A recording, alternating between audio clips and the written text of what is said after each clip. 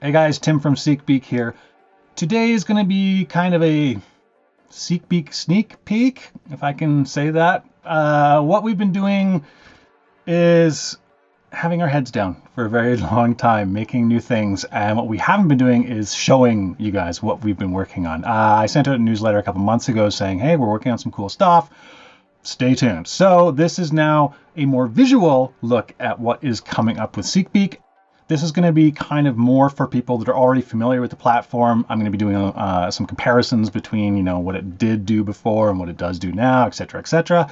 There are some interface changes. We've tried to keep things super minimal because, as we all know, once you get familiar with a piece of software, everyone loves it when the company that runs it goes and changes everything, right? Of course not. So we've tried to keep things very similar.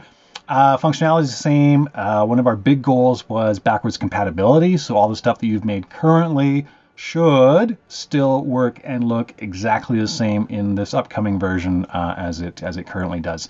As far as timeframes go, there are no current timeframes. We still have beta testing to do. So if you'd like to be a beta tester and you like playing around with new stuff, get a hold of us and we can sort that out. We're doing a private beta test, and then we're going to do a public one, and then we're going to roll it out to the masses.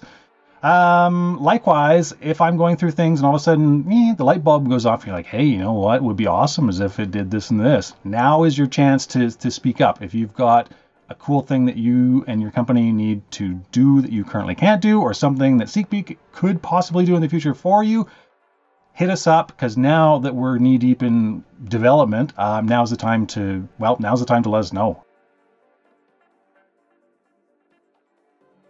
Okay, so here we are in the main groups area. The first thing you'll probably notice is that there's this whole new navigation system on the left here. And so what we've done is we've taken the older navigation setup from the drop down on the right here, and we've kind of moved the more frequently accessed ones permanently to the left, so you can get to them anytime you want. And of course, you can slide them out of the way if need be.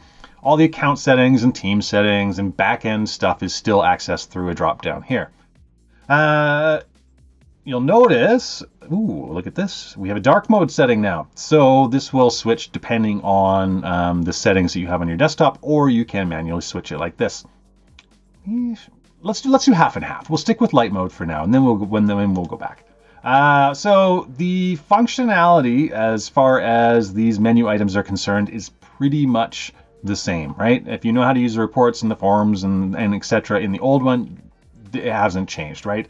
There is a little bit more spit and polish on it, but other than that, functionality is the same. So reports are the same, forms are the same, icons are the same. Overlays, the overlay editor has got a little bit of a facelift, but functionality-wise is still the same. There's going to be another video on that because overlays is such a big thing. It could be an app unto itself.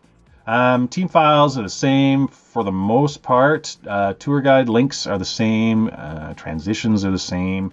Switching between your teams is the same, and your support options are the same as well. Okay, so not a whole lot of new stuff to get used to in that. However, you'll notice I just clicked on the groups menu here. So what we've tried to do is consolidate things that are in lists. We've tried to make them nice and easy and accessible, right? So the groups now get this nice little table view where it shows you the name of your group and a description if you've entered one, which I haven't, as well as some little counts on things, right? So you can see how many snaps are in there, how many maps are in there. You've also got these neat little context menus, which take all the stuff that was buried in tabs in the previous version and now brings it to the forefront, so it's easily accessible at any time if you want to do things that are in that menu. Of course, creating a new group, as with anything, click the big plus button.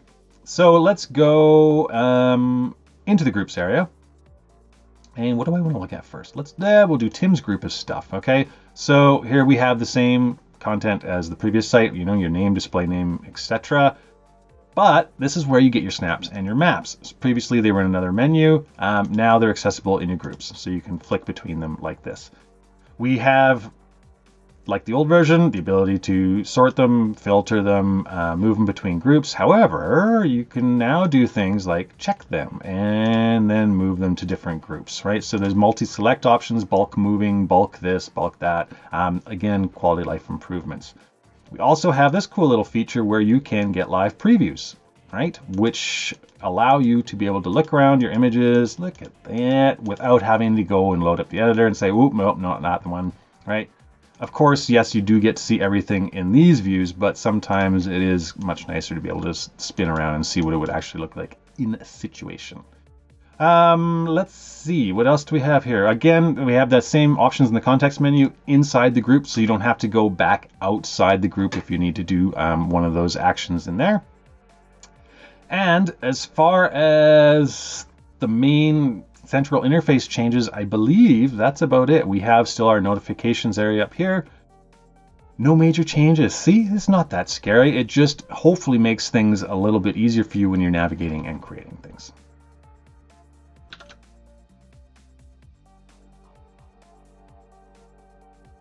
The properties menu has changed. So instead of taking up the entire left-hand side of the screen as this big bulky thing, it's now this kind of tidy little area here, which doesn't take up a whole ton of space unless you expand various things. But that's a tidy little addition. And if we go into the edit mode, you'll notice, oh, what's this? The Snap Content Explorer. So this is a brand new thing. And this is, again, to hopefully make your lives a little bit easier. This is going to list all of your hotspots that you have created and give you fast access to them. So you can click a button, and why don't I just show you? Let's create, ooh, what's all this new stuff, Tim? Well, I'll show you in a second. So let's go, we'll do a point hotspot, which we're all used to. I'll throw on this light here. Ooh, you notice the camera magically adjusts to put that in the center. And I'll change this to hotspot 1, and again I will click this save icon, which is now the disk. You'll also notice that the save icon and the close icon are up at the top, as they are in most dialog boxes in most software. We used to have them down there, and they would kind of get lost, especially if you scrolled them out of view. This way these are always in place, so regardless of how many things I have open, and if I've got a scroll bar, they're always at the top, making it easier for you to be able to save and close without having to kind of forget or remember where the save buttons are. So I'm going to just save that, and then I'm going to go create another one. Well, I just do a Polygon hotspot as well, just so you can see it. I'll just highlight the window terribly. But, ooh, this gives me a good idea, because now I can do this, and I can move the entire object, whereas in the previous version, you could not do that. So moving moving Polygon hotspots is now a thing. You'll also notice that if I click accept here, and I'm going to name this to my Polygon 1, I will just click save. Yes, I can move this, but I can also go into this new little drop down here, and I can adjust the size of the what am I calling them? Control points. We're calling them control points. So you can adjust the size. So this will let it, if I zoom in here, oh, but Tim, that's way too big. I can't make a very fine adjustment. Well, now you can, because you can adjust them and move it in very fine increments, right? And then if you're totally off course, you just kind of just jiggle it a bit like this, and then you're good to go. Now, I have my hotspots here. I click the button. I'm now focused on hotspot 1. I'm now focused on Polygon 1, right? Makes sense, because I've seen some of the stuff you guys do, and there's tons of hotspots. And of course, if they're hidden, or if they have no name, or they're whatever, it's hard to find them sometimes. So now you can, you don't have to, but you can use this to focus on them. And you can close this down.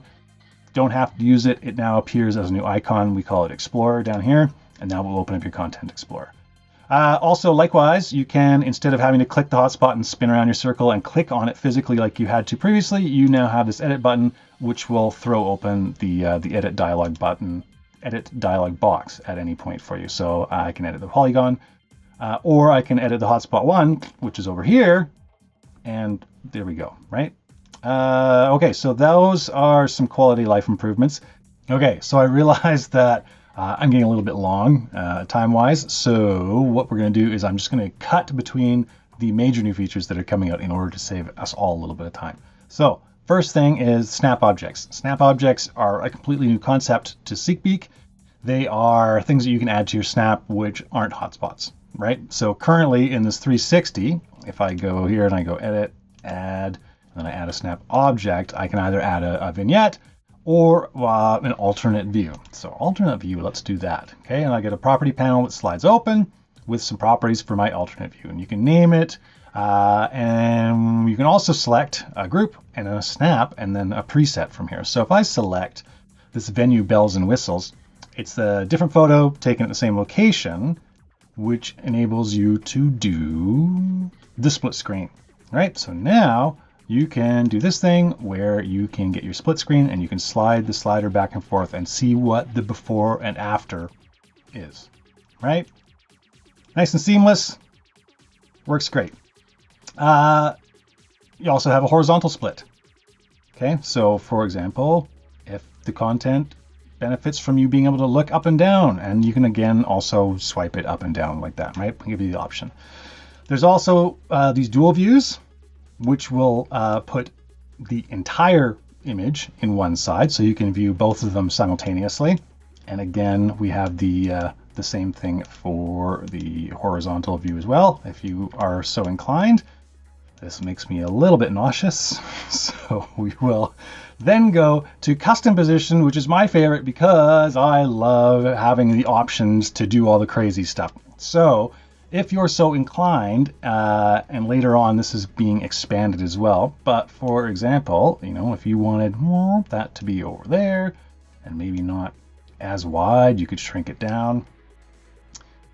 You could even do things like have it not fit to the container, right? So it's now filling up the entire screen, but you're only viewing that one portion of it as opposed to fitting in the container, which will fit it into whatever container you've given it.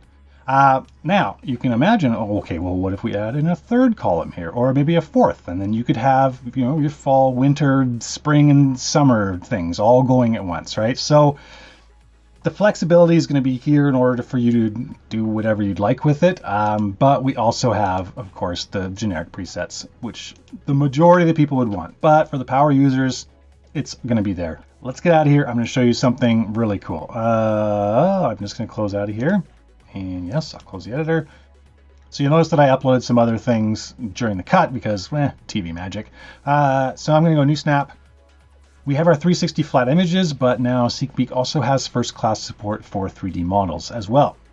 I'm going to upload a 3D model. And this is a beauty I got from Sketchfab, which is where a lot of my free models come from. And you can see here it is a book with a castle and a whole bunch of cool little low poly icons in it. Now, yes, I should probably show you something businessy related like a trade show booth or a construction site or whatever, but we'll do that later. For now, we'll do some fun stuff, okay? 3D's 3D. So what I'll do is I'll just do storybook. I'll call this, and does it need lighting? It does need lighting. So 3D models, some of them have lighting supplied, some of them don't. So we have the option to start with a default lighting environment, and yes, I'll turn that on, and I can pick a thumbnail. I'll say, yep, that looks good. All right, so I can click this. And we're now in the 3D editor, which looks a lot like the 360 editor. And we've done that on purpose to try and keep things fairly easy to understand. However, the 3D world, as we'll discover, is a lot different than the 360 world. There's a lot more things that can be done. So by default, because we haven't set up any camera settings or anything like that, the platform will size the model to fit the screen and give us a nice kind of orbital rotation so we can look around it in all sorts of angles. And you can, of course, navigate around using keyboard controls, mouse wheels, your mouse, and that's all explained later on.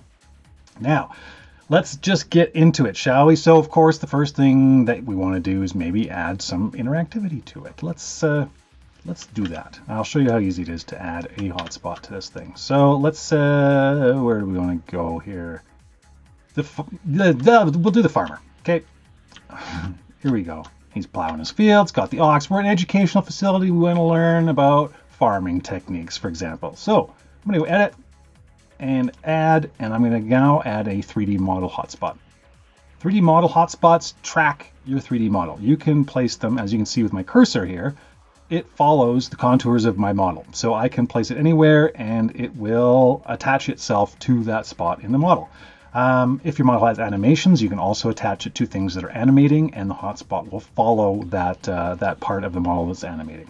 For this example, let's do. Where do I want to? I could stick it on the cab. And we'll do it right on the farmer, right on his head here. There we go. So now if I zoom in, you can see that, there we go. Sure enough, is this an archery injury or is this a hotspot? So we're going to call this farmer. We can even have an icon as per usual. Let's do the light bulb, like he's having an idea or something like that, right? So right now you can set the size and the distance from the model and the hotspot and the icon and the colors and things like that. In the future, there's a bunch more things planned. New display options panel here folds open and lets you do things like that. Rich text editor, we can say, this is going to be learning about farming. I am farming, right? And we can make that a bit bigger. And click save. And so now, as per usual, when we click the hotspot, now we've learned all about farming techniques, right? So I'm going to go over here just to show you guys. Remember how we were talking about the Snap Object Explorer and how you could get hotspots in there if you were to lose them? Well, it's really easy to lose things in 3D models. So edit, and here's our hotspots. Here's the farmer hotspot we created. You click this thing and poof, here we are, immediately in our farmer's head, okay? Likewise, you can do that with the model as well. So if you need to get a zoomed out view, we're back to here again. And the model shows up, as you've noticed, as a snap object, which means that you can do all sorts of editing techniques that you can with other snap objects in the model, again, to be explained in future videos. Okay, so now we've got interactivity, great. Let's talk about cameras, because this is such a big model. We don't want people just kind of, aimlessly going around and going through things and doing things that they probably shouldn't be doing. So let's talk about a new feature called camera waypoints, right? So I'm in the properties menu now. You'll see there's new 3D environment. Camera waypoints and camera paths are all brand new. Let's talk about waypoints. Waypoints are a combination of the camera position, the camera target, which is like in an orbit position, what you're orbiting around, as well as things like camera bounds and distance, how far people can zoom in and out, etc. So let's see how that works. So I'm going to create one called farm waypoint. Okay, and we'll go find our farmer again. We'll go over here to somewhere that's a nice view of our farmer. And yeah, probably about here, for example. So I'm going to open up the positioning, and I'm going to set a target to orbit around. And I'm going to set the target to be not the model center, but a target point on the model. And so I'll just do like at this guy's feet. Okay, so now our camera moves nicely around our farmer's feet. Okay, except we can do things like go through the ground, which is ugly, and we can even go in. Wow, you don't see that every day. You could even go through the aux. Okay, so we want to prevent people from doing that, which is where the bounds come in. So we can go to the camera bounds. And it's a kind of intuitive way of doing things. So let's limit the yaw first of all. Okay, so the back and forth like this. So perhaps we only want to be able to go and look at this area. Okay, so we'll go to the yaw. We'll say, okay, let's set it automatically. And so this says, okay, well, move the camera around, and that will be what we limit the camera to. Okay, so I can go like this, and I can say, okay, let's go over there, and maybe over there as our limits. Click save. And so now I cannot go any further, right? The platform limits my view. Likewise, I want to limit this, so we can't do that, right? So I'll limit the pitch. Same deal. Start watching, and I'll go down to about, there's probably good. On the same side, yeah. And then up top, they can look as far as they want. And I'll click save. And so now we cannot go through the ground. We can't get the rear end view of our oxen, right? We're limited to here. We can also set target distances and stuff, but for now we'll just do those bounds. And I'll add this waypoint. Okay, so it generates a thumbnail for me. Great. Now what I'll do is I'll add, I don't know, we'll go somewhere else. We'll go to the castle, for example. So we'll go to the front gate of the castle. And I can set, let's do another target right here. So I can go around and look at the door of the castle. And I'll just add this waypoint just so we can see. Now what you can do that's kind of cool is when you're editing, you can click between these and zip around between the waypoints at any point. Okay, so I'm going to save these, and I'll close this down. And actually, you know what I'm going to do? I'm going to go back into properties, and I'm going to say set this as my starting waypoint. So this is the same as a set start position in your 360. Okay, so great, that's set as our start waypoint. So now if I refresh this, poof, we start here at this location with our orbit point set and all of that good stuff. Okay, so let's go and create a new waypoint. Farther, let's go over here. Okay, and I'm going to do a bird's eye view of our farmer here. So I'll say far away, and I'm not going to bother with an orbit point, and you'll see why in a second here. So now we have this view and our farmer. Now, camera waypoints can be used to generate a camera path. So camera paths, next on the list. We save that, we go to camera paths. We're going to create a new camera path. We'll just call this intro. And what I'm going to do is I'm going to add my waypoints to this path. So I'll say, okay, I'm going to add my far away waypoint, and then I'm going to add in the farmer. They have a whole bunch of properties, which we won't get into, but we'll say, okay, let's do 10 seconds it's going to take to get to the farmer. And great. Well, now we can preview that. And so now what we have is a nice, smooth, animated, whoa. There we go.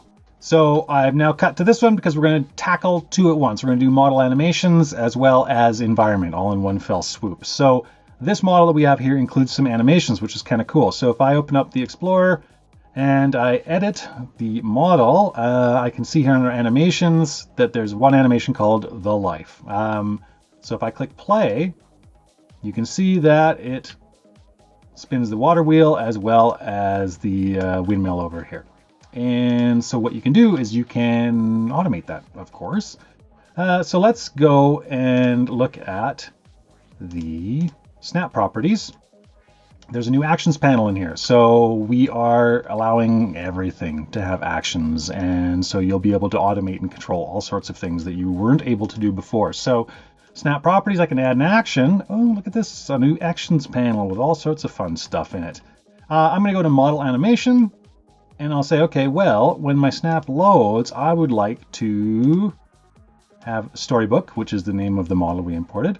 I would like this animation to play, and I would like it to loop. That's it. Okay, great. So now, if I refresh the page, oh, of course, we're at our starting position. So if I look over here, oh, look at that, the water wheel's spinning, and the windmill is turning. Okay. Great. So model animations in a nutshell. What we're going to do now, because we have these animations going, it gave me an idea to show you the next cool thing, which is the environment and lighting and stuff like that. So what I'm going to do is I'm going to go into the edit mode again. And I'm going to go, actually, you know what we need to do? I'm going to set a start position here, a waypoint. So I'll go to camera waypoints and I'll say, you know what it did? It loaded this waypoint here for me. Thanks, but what I want is this position right here. And you'll see why in a second. So I'm going to add this one, water wheel, and I will just I'll set a target point as well. And that target point will be, I don't know, right about here. So we can orbit around this point. Okay, water wheel, add that waypoint, save them, great. Now what I'm going to do is I'm going to go edit and I'm going to add a snap object. And we have a bunch of new snap objects because we're in a 3D scene. I'm going to add a point light. Okay, so now you can see over here, whoop, here is my point light. And it's not doing a whole lot by the looks of it because things kind of look the same. And that's because, if you remember, when we imported the 3D model, we turned on the default lighting. So if we go back to our environment here and turn off our environment mapping. Uh-oh, now we're in the dark. Or are we? The light by default is pretty dim, so what we're going to do is we're going to edit this light. And we'll go edit, open up our Explorer, and we're going to edit the point light. Now, first of all, we can turn up the intensity. Ooh, here we go.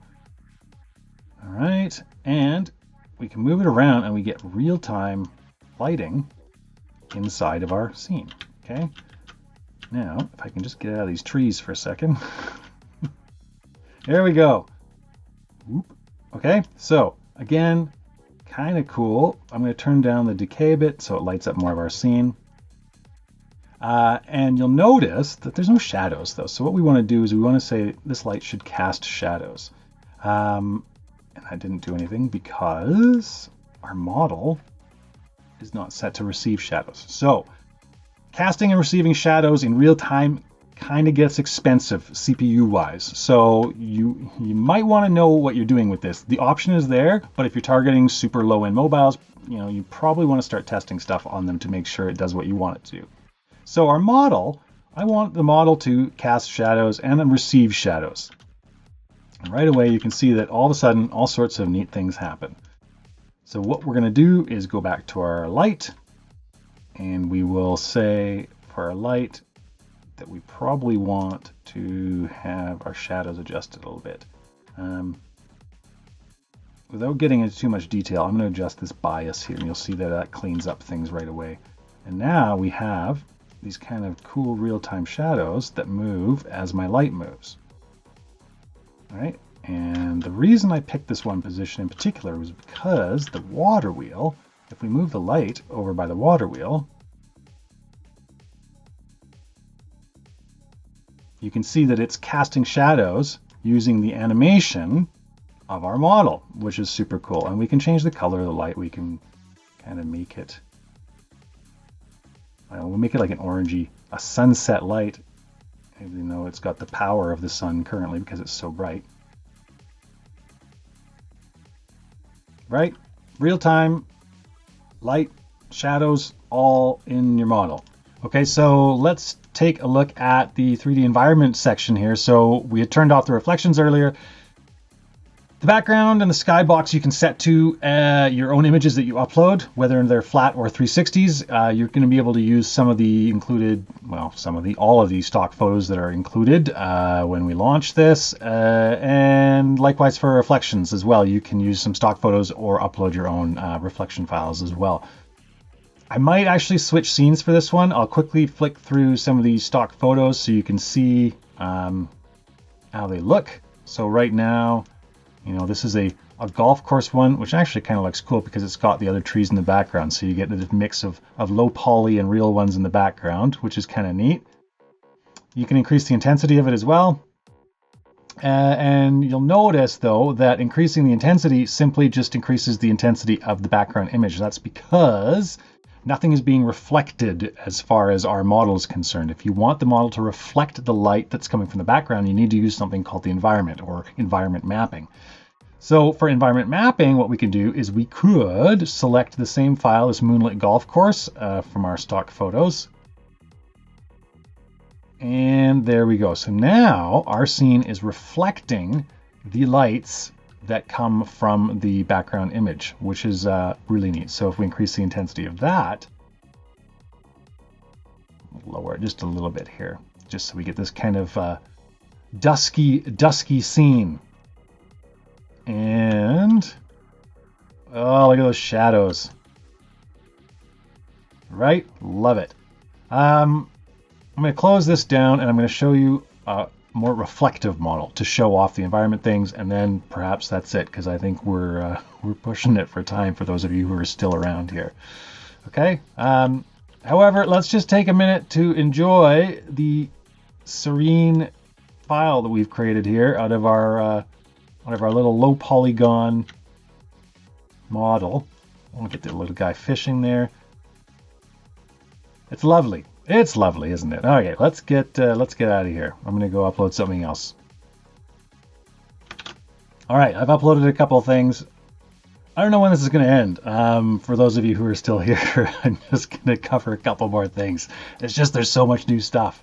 All right, so lighting. Again, we're talking about lighting still. So this hospital room here, this has no environment set, no lighting, no lights in here, but it's perfectly lit. So this is an example of things that can be lit and can be done in your modeling program. This is obviously some sort of photogrammetry render, but it doesn't need any lighting, right? So lighting isn't something you need to put in. If your model supplies lighting and has all the light stuff baked in, you don't need to do anything, right?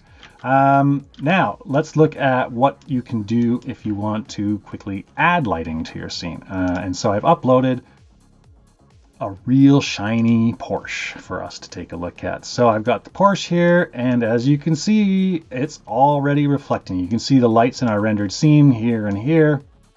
I picked this car because it's especially shiny and it's good looking. Who doesn't like a car like this? Okay, let's go open up properties. I'm going to go to the 3D environment. I'm just going to pick something from the stock photo.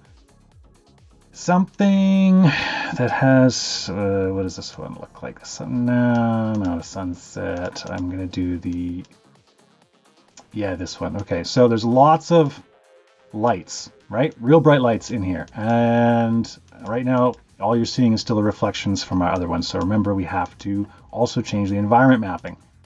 So I'm going to now pick the same image, oh man, the Italian guys are going to kill me for this. Right, there we go. Okay, so now this is reflecting the light. So you see this real bright light here. If we spin it around, you can see there's that real bright light. Okay, so you can see it reflected in the car, all real time environment mapping. It's awesome. It looks really, really good. Now, the car is kind of floating in the air, as we've noticed. So let's fix that, shall we? Let's take a look at another snap object, which will give us a projected skybox. So, oh man, look at that, right out of the box. So what this has done is this has taken our equirectangular file and it has faked this background. So it's still nothing there. But what it's done is it's taken it and kind of halved the sphere and projected this ground layer on it, which offers a much more kind of realistic result than the previous one where it's just kind of floating in there. However, the scaling's a little bit off because it kind of looks like a little bit of a toy car here if I zoom out. Right now, you can see kind of what's going on. So what if we go, let's just muck with the scale of the car for a little bit, shall we? So I'll go in the Porsche here, and let's do the measuring thing. I'll just show you how that works quickly while we're at it. So if the scale was off, if the person who was doing the model didn't model it where one unit was equal to 1 meter in real life, then things can get all squirrely and you have to set the measurements by yourself. So usually what you do is you measure something on the car like this. Oh yeah, did I mention that we have the ability to measure things in 3D models now as well? This is not, well, maybe. What would a meter be? Oh yeah, maybe that's proper. Okay, so that car's probably properly scaled. So let's just fake it then. So let's set this to 0.1 meter. Whoa, there we go.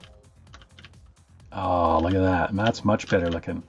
Okay, so now the car is 10 times its normal size, but it fits in much nicer with the image. Actually, let's put that to 0.4 maybe. It looked too huge there. Yeah, still too small. 0.2. There we go. All right, and then we will save that. Get out of here. And now we have to set our pivot point again. Properties. Make a waypoint. And I'm going to go into positioning and I'll say set the model center as the target. Boink. So there we go. I'm going to pick this model and there we go. And then I can add a waypoint, save it, and then set it as the start waypoint. And ba-bam, there we go. Environment mapping, reflections, a fake projected ground, and a real fancy looking Porsche. I'm gonna leave it here. There's more to show, but I'm gonna leave it here. We'll do it again some other time. Send us an email. Let us know what you think. Give us ideas, suggestions, features, because we're doing this for you. So thanks for watching if you're still around, and I'll see you later.